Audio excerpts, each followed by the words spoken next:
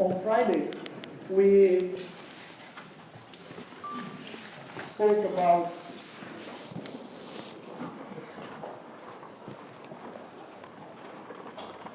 enterocytes, and we discussed important features of the cell, and probably one of the most important cells you have in your GI tract, because it provides, as I said, the means to absorb nutrients. It also provides a barrier that keeps bacteria, potentially harmful bacteria away of your system. So, and we also said that this is a layer of cells that renews itself every 3 to 5 days. And it contains also brush border, where the digestive enzymes are mostly found, because that's the area where whatever nutrient remains to be broken down, that's where it's going to actually be finally in touch with the enzymes that will break it down. And because it's in very close proximity to the enterocyte, it will facilitate the actual absorption of that particular nutrient that is broken down towards the inside portion of the enterocyte. So it's a very important cell that we have in the system. And also, enterocytes, they kind of coordinate the fate of the nutrient that you're eating. What do I mean by this? Oh,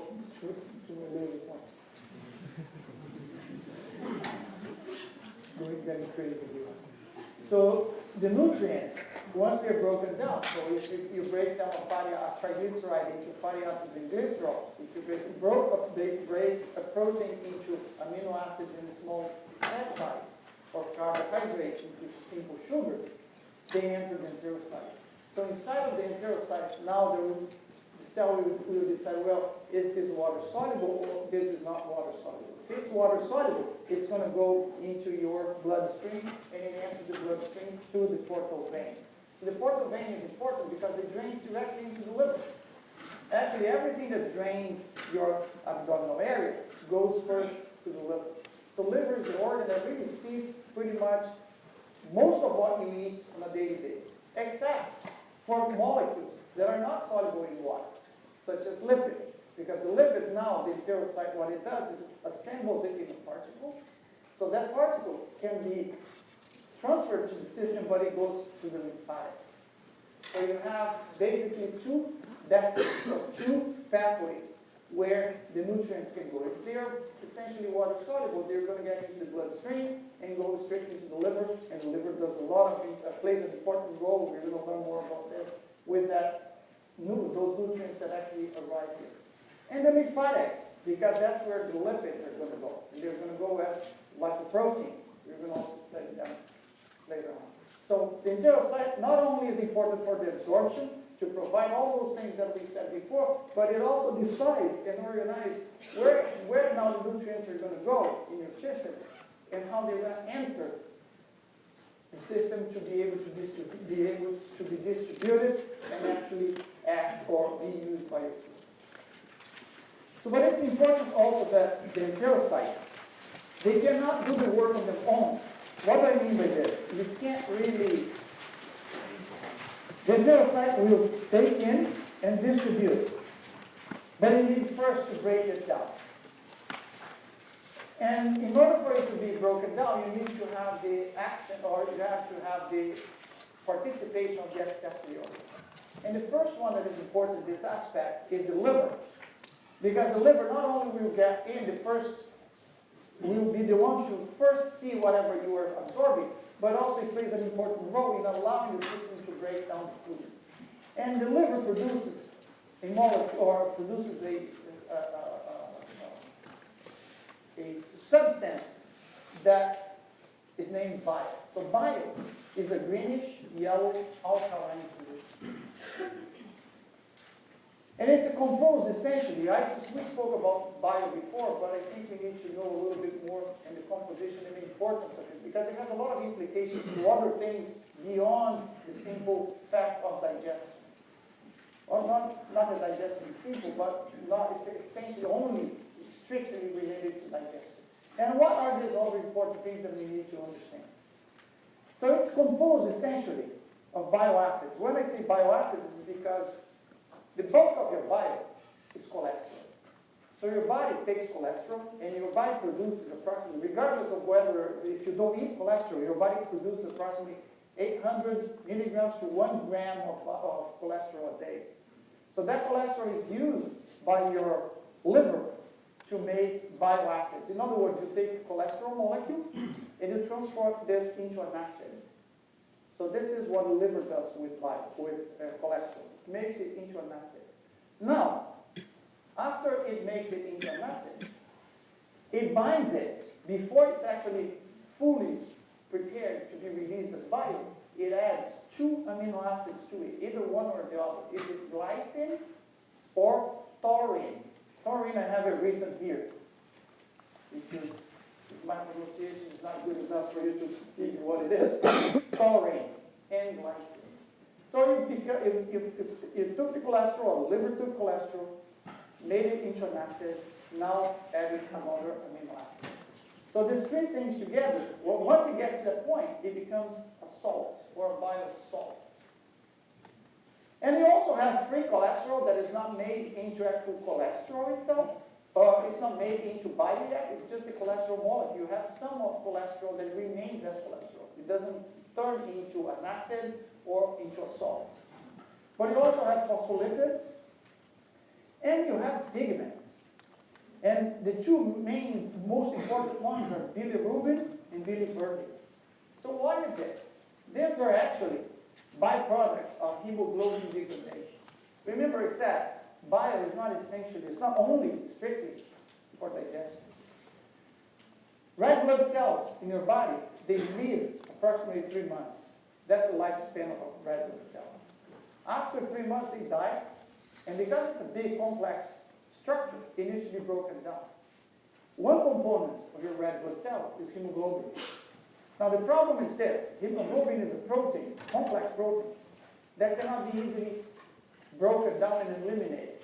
Normally, when you digest or you break down these byproducts of metabolism, some of them you can eliminate in your urine because they're small enough so the liver, the kidney can actually filter and let it go, so it shows up in your urine.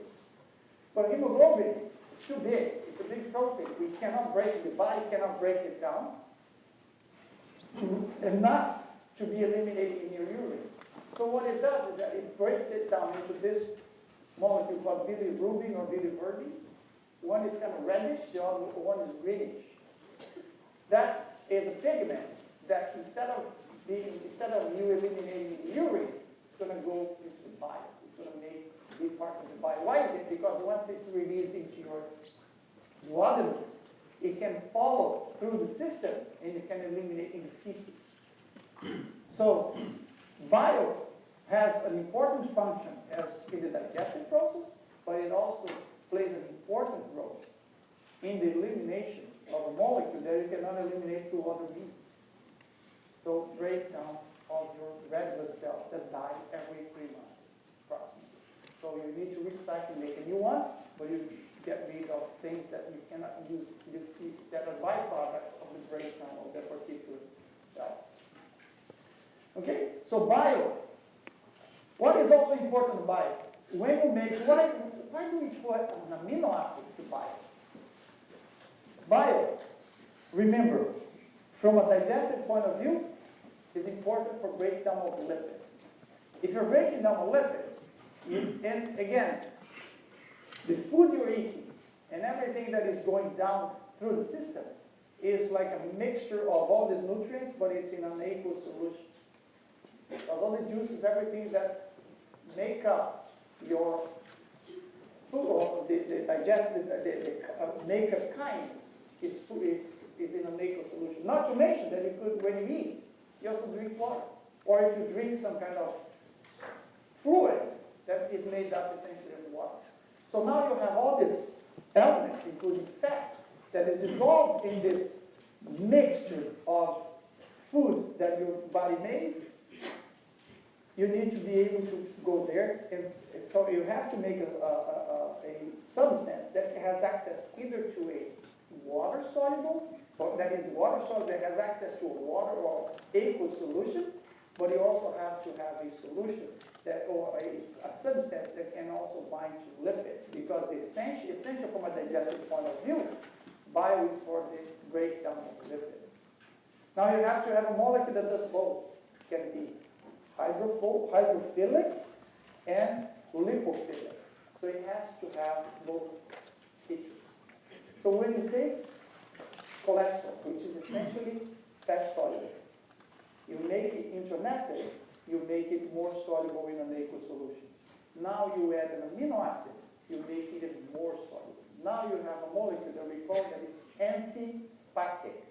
Amphipathic means that it has hydrosolubility and liposolubility. It has both features.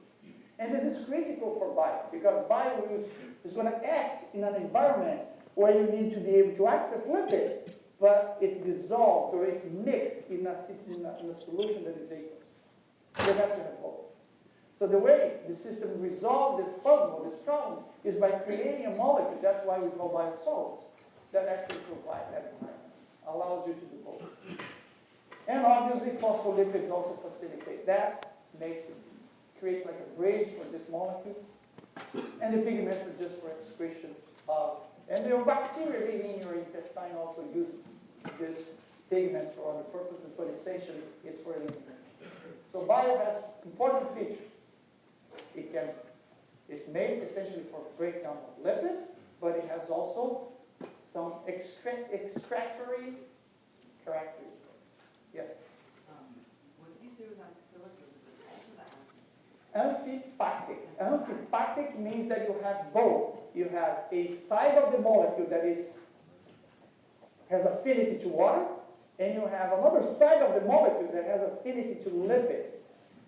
So it's amphipathic. It has to have both characteristics. Why is this? Because, again, the food or KINE is a mixture of all things in an aqueous environment.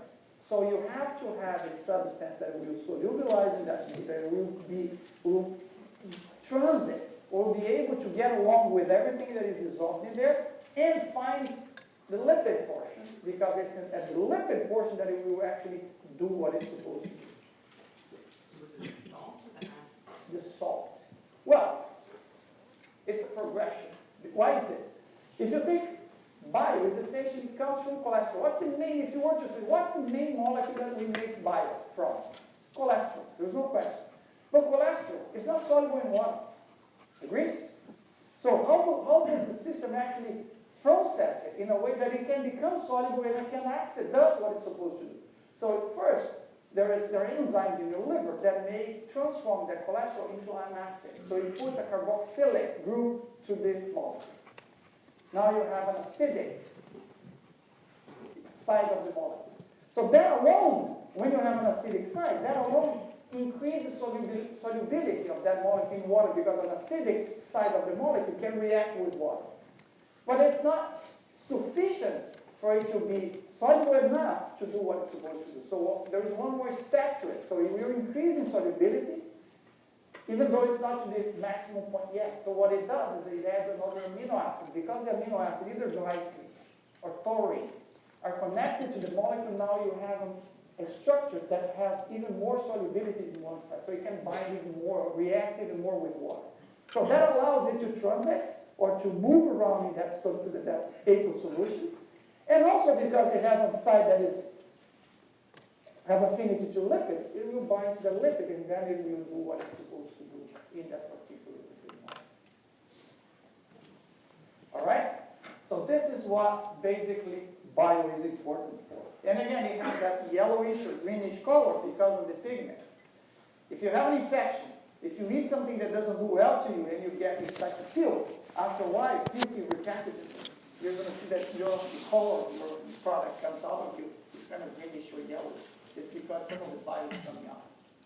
So just to give you an idea of what the color means, or what the function and the component is about. Now, from a nutritional point of view, yes? Just very quickly, did you mention that hemoglobin goes to bio, or that bio breaks down? No, hemoglobin dies, right? It has a lifespan. Once it dies, it goes to the liver. So the liver takes it apart because it's a cell, actually a red blood cell, not hemoglobin, sorry, hemoglobin that dies. Red blood cell dies. But inside of the red blood cell, you have hemoglobin, which gives color to your red blood cell. It's red because you have hemoglobin. Now, when you disassemble that cell that died, when you disassemble it, because you need to get rid of it, right? So in the disassembling process, you break down hemoglobin. Hemoglobin has that pigment. So there is a further step that the liver does that transforms hemoglobin in bilirubin or biliverdin. So that's a pigment. Now, because it's big, it's not going to get out through the urine. You have to find another way to get rid of it. So it puts it in the bile.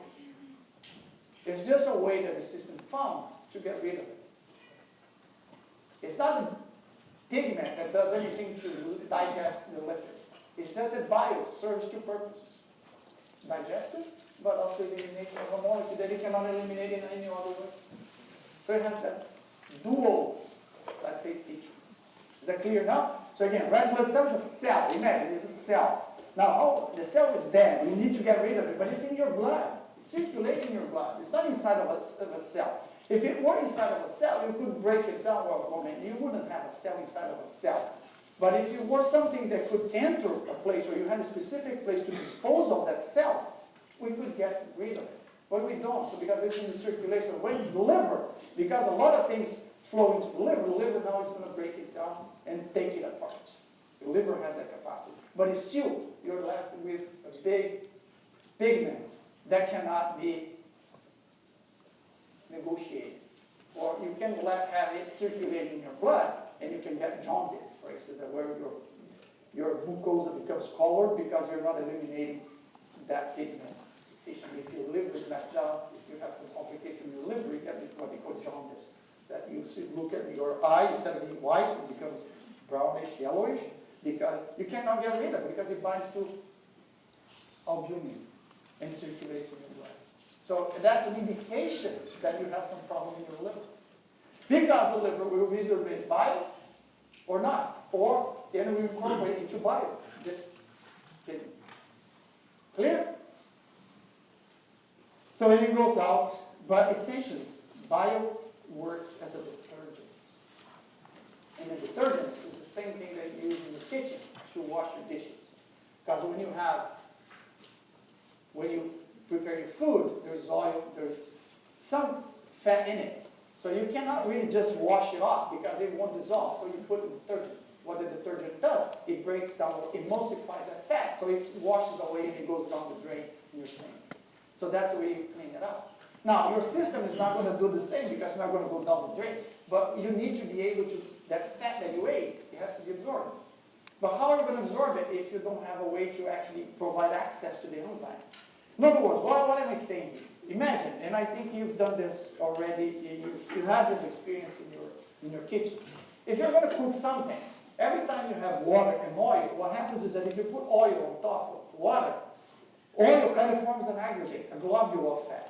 It doesn't separate in smaller molecules. It kind of aggregates together, so it forms that on the surface of water, because the density is low, so it's going to float.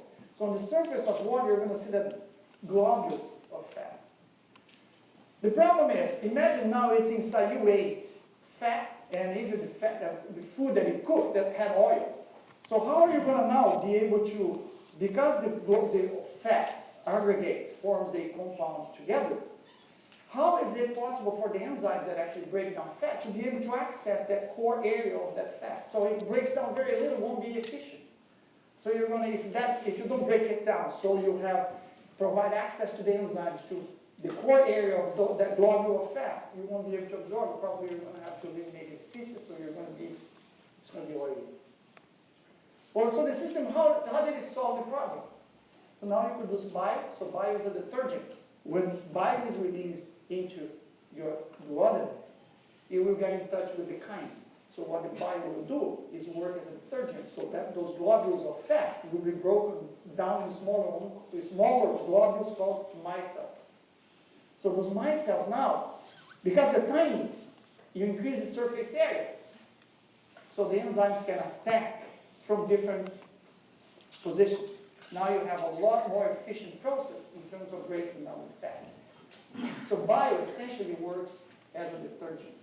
So what it does, it emulsifies. When I say emulsify, it's because you transform a big globule of fat into tiny molecules or tiny droplets. That emulsification is critical. So the enzymes can attack, break down, and your food and that lipid can now be converted into a smaller molecule that then the enterocytes, as I mentioned before, can now pick it up. Clear? And again, serves to eliminate substances that cannot be excreted through the urine.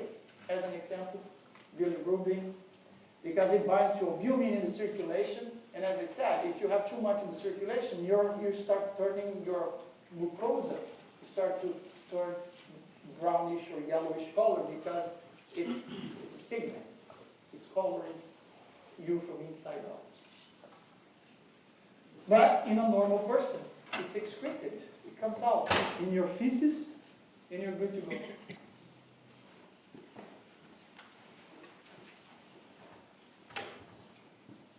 Important. Not only the liver produces it, but you need to store it. It's the gallbladder that does the job. So the gallbladder, the main function is to store and concentrate bile. Now, how does the gallbladder know that it needs to release the bile? So there is, when KINE enters the intestine, the duodenum, it promotes the release of CCK. CCK is a hormone that stands for cholecystokinin. So CCK is released, and it stimulates the gallbladder to contract, and once it contracts, it expels bile straight into your duodenum. So it's a very well coordinated process. So food coming, passing from the stomach towards the duodenum, promotes the release of CCK. CCK tells the gallbladder to release bile. Now you have the emulsifier present in that mixture that you have. And also, as I said, it's an alkaline solution. Because it's alkaline, it also raises the pH. Because it raises the pH along with the carbonate, which we're going to discuss that comes from the pancreatic juice, raises the pH. The pH is important because now some enzymes that were not active in low pH become active, so you can activate, it can actually go on process with the digestion. So, and CCK is released by the enteroendocrine cell or eye cells that are located in the duodenum, and they respond to the entrance or to the presence of KINE that came from the stomach. Important coordinated process there. What happens also, it can be a good side, but there is also a potentially complicated issue here because, as I said, the main role of the gallbladder is to concentrate bile. And because the liver produces a lot of bile, liver is big, but the gallbladder is small, it needs to be able to accommodate all that bile. And the way it does this is by concentrating, so it eliminates as much as possible or reduces the amount of fluid that is in it and keeps it more concentrated. So you reduce the volume, but you still have a very powerful amount of bile in there. But the problem is that sometimes when it's super saturated with cholesterol, because if you have hypercholesterolemia, if you produce too much cholesterol, remember some of it is made into bile, but some of them is not. Some of it is not. This is still present in bile in the form of cholesterol, pure cholesterol as it is. What happens is that if you have too much cholesterol in bile, it may precipitate. So when cholesterol precipitates, it provides the moiety or the environment for a crystalline-like structure to form. And this is basically because when it concentrates and it precipitates, it brings down calcium, bilirubin, phospholipids, and other compounds that are present in that substance and forms a stone. It's a crystal-like structure. Now the problem with that is that it clogs the system. You have the bile, you have the gallbladder, and you have a duct that communicates with your duodenum. And the same duct has two exits, one that comes from the pancreas and the one that comes from the gallbladder.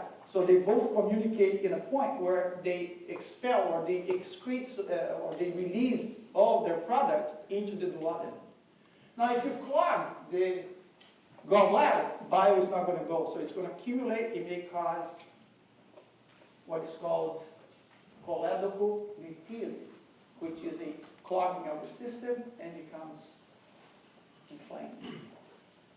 So, and also depending on what level it is, it may clog the system altogether, so it also blocks the passage of fluid of pancreatic juice from the pancreas to the duodenum. So if you clog that, you can also cause pancreatitis because you're just blocking, doesn't allow the system to release what it's supposed to release. So you either go there and bombard the stone with a laser or with a ultrasound or something that can remove it, or if it doesn't work, you're going to have to remove the gallbladder. And there are cases where people can live. You can live without a gallbladder. It's not the best thing to do because now you don't have a place where you can keep your store your bile. So liver produces bile, and bile keeps being released into your GI tract. So it's not the best way to handle this. So before you get rid of it, you try to bombard it with a laser or something that is more precise or a more mechanical approach where you can try to disrupt the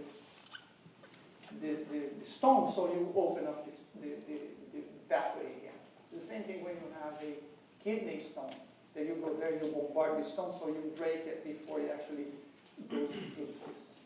So it's a similar idea. The difference is that one is in your gallbladder that can complicate the structures that communicate to that your intestine. It's the pancreas or the gallbladder itself. Yes? So is bile secreted because of fat consumption, or is it just secreted no matter what? If you eat fat, it looks like your system is capable of releasing more. But usually the release is by CCK. So CCK is in response to KINE. As long as you have KINE entering your small intestine, it will release CCK. You can make a case, and there are some cases where they study, they look, oh, if you eat more protein, do you release more protease? It looks like yes. And if you eat more fat, you probably have more lactase. But one thing is important. CCK is the signal. And CCK is not only specifically released by protein or fat, or it's like a common, as long as you have KINE coming in, which is acidic. The acidic environment triggers that process because also bile is an alkaline solution that serves also to raise the pH of that thing. Regardless of having fat or not, it also helps to raise the pH. So it has multi-purposes. Even though in some textbooks you see that depending on what you eat, you might have more selective release, but So not. it's not completely fat dependent. No. Yeah. All right.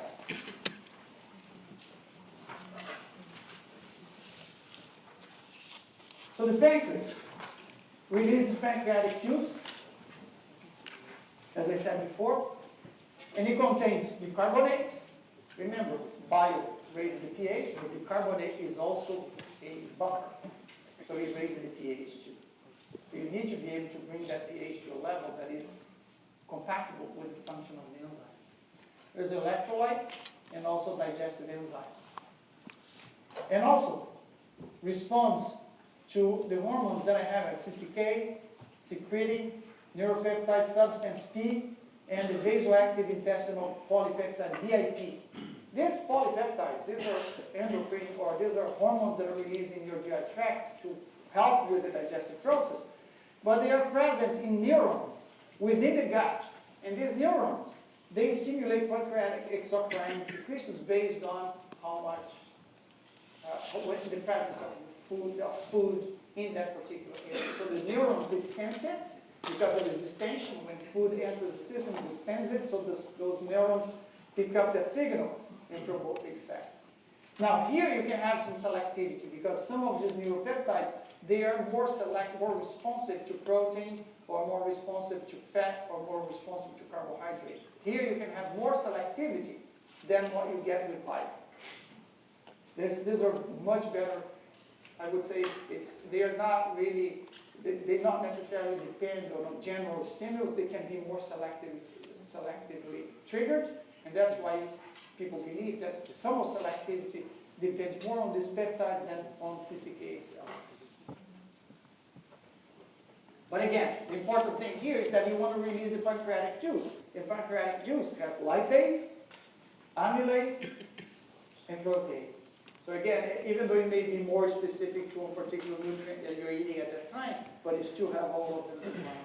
You don't have them separate. You always have a combination of them. So what are the enzymes? Trypsinogen, chymotrypsinogen, proelastase, and collagenase. And these are all proteins. Important. These three, trypsinogen, chymotrypsinogen, and proelastase, they are not active. Why is it that it's not active? Imagine if your pancreas produces an enzyme, protease. Protease, again, means break down protein. So if your pancreas produces a protease that is active in itself, it will probably damage the pancreas, because the pancreas, the structure of the pancreas could be damaged because they have enzymes that will go there and break down the pancreas. So the smart thing that your body does is that, well, we need the enzyme in the intestine. We don't need the enzyme in the pancreas. So we need to find a way to get the enzyme there without damaging the pancreas. So the way the system found to solve that problem is you produce a proenzyme. What do you mean by proenzyme? It's not fully active because it has probably a few more peptides, something extra added to it. In order for it to become active, it requires something else, and this something else will happen where? Once it gets in the duodenum, because the duodenum is the structure that really needs that enzyme. So it produces a proenzyme, and will be activated later on once it gets into the duodenum, so it doesn't harm the pancreas itself. You also have alpha amylase, that is for carbohydrate digestion. Remember, very little carbohydrate digestion occurs in the mouth and your stomach. In the mouth, because we have alpha amylase in the mouth. The problem is too short. We don't keep food in the mouth too long. And once we swallow it, it gets into the stomach. What happens in the stomach? It's too acidic. It inactivates alpha amylase, so you cannot break down carbohydrates. So the bulk of carbohydrate digestion takes place in your intestine, because those two areas, even though you still have amylase, alpha amylase, either too short or inactivated by the acidic environment of your stomach. So we also have lipase, which will break down lipids, especially triacylglycerol or triglycerides. And you also have what's called colipase. The reason why you have colipase is, it's interesting, sounds sometimes paradoxical, but remember, bile emulsifies the fat. But when it emulsifies the fat, it kind of impairs the ability of lipase itself to bind to the lipid droplet and do its job. So to solve that problem, pancreas also releases colipase. Colipase is another protein that binds to lipase and finds its way around, prevents bile from displacing it from the lipid droplet. So now you have like an anchor that brings in, okay, bile is on the way, we're going to remove bile, and let me get lipase in touch with the lipid droplet. And that's why colipase is important, because it facilitates the process. It acts in concert, acts together. So together, these enzymes digest 50% of all the carbohydrate that you eat, and in protein, and 80 to 90% of the fat ingested. So again, that's where most of your digestion occurs. It's in the small intestine. And that little portion of your intestine called duodenum is critical, because that's where a lot of it happens, and a lot of absorption also takes place. So we're breaking down the food, we're dispersing it, breaking down in smaller portions, smaller molecules, and those smaller molecules now can enter the enterocyte, as I said before.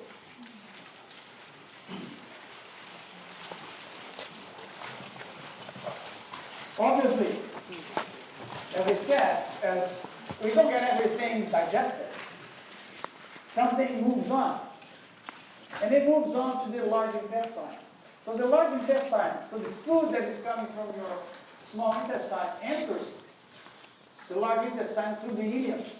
So it's the end portion of your small intestine and communicates with your large intestine. So the large intestine we can divide in ascending colon, transverse colon, descending colon, the sigmoid portion, which is the curve, and then you have the rectum and the anal canal. So food has to travel through this. What is important about this is because we also, in the large intestine, we have a lot of bacteria living there. A lot of it. See next to the next slide. But we have a lot of bacteria, actually more bacteria than cells that we have in our body. And they're important because they keep a balance in different ways there and also help the system to work in many different ways. But it's important that we have an area here called cecum. Cecum, you have a lot of bacteria living here too. And we have right adjacent to it, we have what we call appendix. And you may have a complication here that is common. Because you have a lot of bacteria. If this bacteria turn nasty on you, they may cause an inflammation, serious inflammation, and burst your appendix. If your appendix bursts, all the bacteria that are growing there, they're going to get into your abdominal cavity, generalized infection, goodbye. Oh, you're going to live in another place, much better probably. But that is not happen. Because nobody wants to go check it to see if it's better than here or not. Right? So the appendix is there. So what we do, if that's the case, we remove the appendix. So because you don't want to let it burst. If it bursts, it complicates, it can be very, very serious. So, but because you have a lot of bacteria.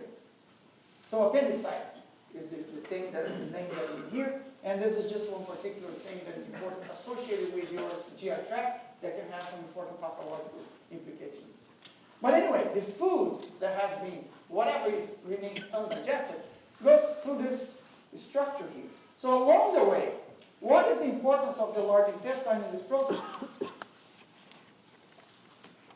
First of all, large intestine doesn't have villi. Remember those villi, that structure that increases surface area, that provides the barrier, blah, blah, blah, that we said in the small intestine. You don't have them here. Large intestine has a layer of cells, mucosa, that really protects the structure. But the primary function of the large intestine is to absorb water and electrolytes. So approximately 5 to 7 liters of fluid per day. So a lot of the water that you drink that goes through the system, the elimination of cells that die, whatever, the water that comes out, the system reabsorbs it. So you have a very efficient way of recycling the water or taking in the water that you drink. And also the other thing is to store fecal matter. So whatever is not used by your system is going to become your fecal matter. So essentially, the large intestine dries and it stores the undigested material present in the KINE. Whatever your system doesn't use, it's going to be eliminated there. But the water is taken out. Now what happens when you go to a place or you go out with your friends and you eat something that doesn't do well to you? There's some bacteria or something there that doesn't do well to you. You get what? You may get diarrhea. So the typical feature of diarrhea is that it's liquid. So it's very liquid. Why is it? Because whatever is in that food that you ate, it didn't do well to you, is impairing the ability of your large intestine to do what? Absorb water. So water will come out in the feces. So not only that, but you also have an increase in peristaltic movement, so you expel it even more. You may even have diarrhea and puke at the same time. Why is this? Because your system is trying anyway, the best way it can, to protect itself. It's not a bad thing, even though we don't like it. It's not very pleasant. But your system is actually trying to get rid of something that is not doing well to it. It may be severe to a point that you need to really control it, but in general, it's actually a way your body has to get rid of nasty stuff that you ate. So, then it comes out of water, so you may be dehydrated. Dehydration is an important problem because it can kill people, especially kids, small kids, children, when they have infection, they can cause that problem. So, but in any way, what's the importance here? The large intestine is supposed to absorb that water. Something is impairing, is disrupting its ability should do its job.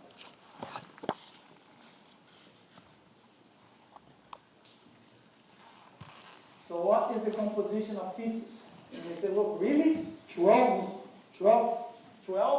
lunchtime? And that's the kind of conversation we have. Probably not the most appetizing thing you can have before lunch, but it may save a few pounds. So what is the composition of your feces? 30% of it is bacteria. Remember, you have a lot of bacteria living there. When you excrete feces, you also get rid of some of the bacteria come along. They come along. 10 to 20% is fat, because not everything is absorbed. As I said, remember, when you eat food and you count calories, you're counting based on the amount of food or amount of calories you get from the food that you eat, but not necessarily you're getting exactly that, because not everything is called metabolizable food or nutrient. In any case, your feces has approximately 10 to 20% fat. 10% is inorganic matter, calcium, minerals, anything that your body cannot hold on to it, because let's say the cells that die, those enterocytes that are renewed every 3 to 5 days, when they die, you also lose some inorganic matter that comes along with that. 2 to 3% is protein. Again, they don't absorb all the protein. Fibers and dry components of digestive juice. So fiber is an important thing here, because as I said before, fiber provides bulk and also provides some other important components to the bacteria that are living in that colon to make them healthy and function properly. So feces are essentially bacteria and fiber, because you're eliminating whatever you cannot absorb. Now, there are trillions of bacteria living in your digestive tract. Most of them in the colon, in that portion, ascending, transverse, and descending colon. That's where the bacteria is. The intestine houses the largest, more than 400 different species of bacteria. Can produce vitamin K, which is important, because it's an anti-hemorrhagic factor. Biotin, there's a coenzyme that works in many reactions in your body for decarboxylation or carboxylation reactions. And short-chain fatty acids. Example, acidic, propionic, and butyric acid. Why is it important? Because these short-chain fatty acids, bacteria produce them from the fiber that you ate, because they ferment fiber. Fiber can be divided in soluble and insoluble, in water. The fiber that is soluble in water can be fermented by bacteria. So when they are fermented, bacteria produce short-chain fatty acids. Short-chain fatty acids can be used by the bacteria themselves for energy, so they can grow and they thrive in the system. But also, remember, the cells that line up the mucosa of your large intestine also use those chain fatty acids to produce energy. And why is it important? And people say that this bacteria are very important, and whatever causes fermentation is important, because now this short-chain fatty acids can be used by the cells of the mucosa to grow, to fight any toxic material, or to get rid of any toxic material that comes along. So for that reason, it may prevent, or has an important role in preventing colon cancer. So some foods that actually promote the production of this are actually considered good for you, because they do that particular job. They help the bacteria produce more those short-chain fatty acids, and not only they are used by bacteria itself, but also provide some energy for the cells of the mucosa, so the cells can proliferate, can be strong, and fight, or at least deal with any toxic material that comes along through the digestive system. Along those lines, there are 2 things to finalize the story today. You hear a lot about probiotics and prebiotics. Probiotics, the name says for life. So probiotics are bacteria actually that promote health, and they are available in foods such as dairy, when you drink milk or yogurt. Some of them are even added ended with bacteria, they're considered probiotics. Why is that? Because those are the bacteria that you want to have in your system doing that job that I just said before. Producing short-chain fatty acids, producing biotin, vitamin K, because they're very important for normal function of the system for health. So probiotics refers to the bacteria themselves. So you can have them from the diet naturally, you can drink milk that has them naturally, or you can have them added to it. You can pick and choose which bacteria you're going to put there and make it something that is called probiotic. And you have prebiotic. The difference between one another is that prebiotic is the food component that support the growth and activity of bacteria. So fiber is a prebiotic. Why is that? Because fiber provides that substance or that material that the bacteria will use to produce whatever it's supposed to do.